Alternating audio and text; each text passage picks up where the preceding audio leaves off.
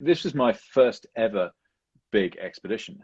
It was 2001. I was 23 years old, so looking back, like pretty young. And I was traveling with a guy called Penn Haddo, Penn with a P. Penn was his nickname, but we were Penn and Ben, and we were trying to go from the north coast of Russia. There's like a string of islands off the north coast of Siberia, on foot to the North Pole, which is about 600 miles distance between start to finish. And we didn't get there. We got like two-thirds of the way there. The conditions were horrendous. We ran out of time. You have a limited window because you're walking over the sea. You're walking over the frozen surface of the sea, and it all starts to melt every summer. So we were kind of racing against time. So and it was this was day two. So we just started skiing. We'd taken the tent down, packed the sledges. You're wearing a harness, dragging sledges, and Penn was in front navigating, and I was following his tracks. And I had this weird feeling that something wasn't quite right. Like, have I left it in my zips all done up? Have I forgotten something at back at the campsite? Like something felt wrong.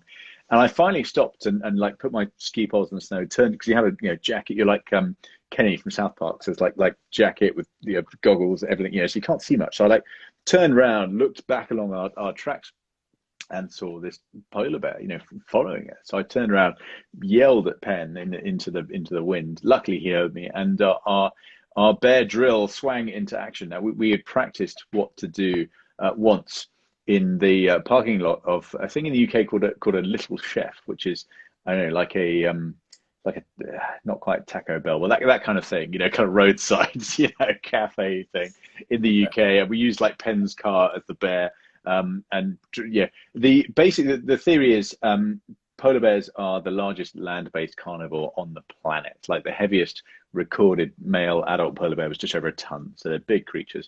I don't know who weighs polar bears for a living, but someone has an even more ridiculous career than mine. And they can do 30 miles per hour. They can sprint. And we're wearing harnesses, dragging sledges. We could do 1.5 miles per hour. So we knew we couldn't outrun the bear. So you have to stand your ground and try and convince the polar bear that you are bigger and scarier than it is, which is not easy. And I'm nowhere near as tall as you. I'm like 5'9" on a good day. So basically, you try and look big. So bears apparently don't have very good eyesight. They have very strong sense of smell. It's how they track their prey, but they can't see very well. So yeah, like skis up in the air, trying to make yourself look big.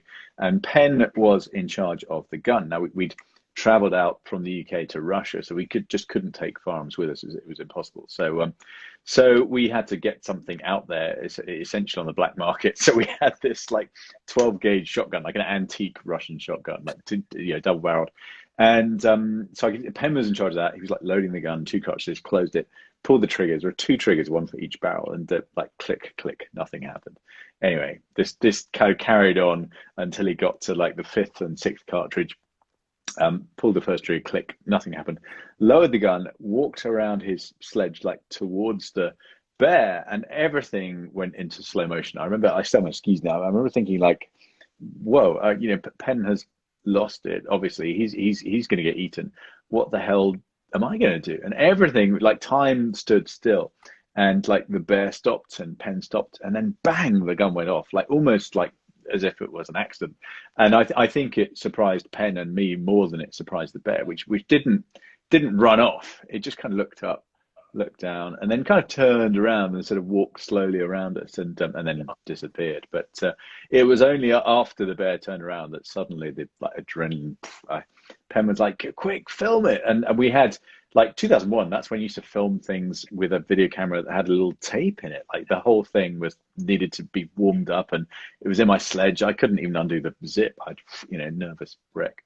Right. So it was, yeah, that was a nerve-wracking experience, and it probably should have put me off really, but yeah, it was all part of that. Like in a way, that first trip, pretty much everything that could have gone wrong did go wrong. So it was a good apprenticeship.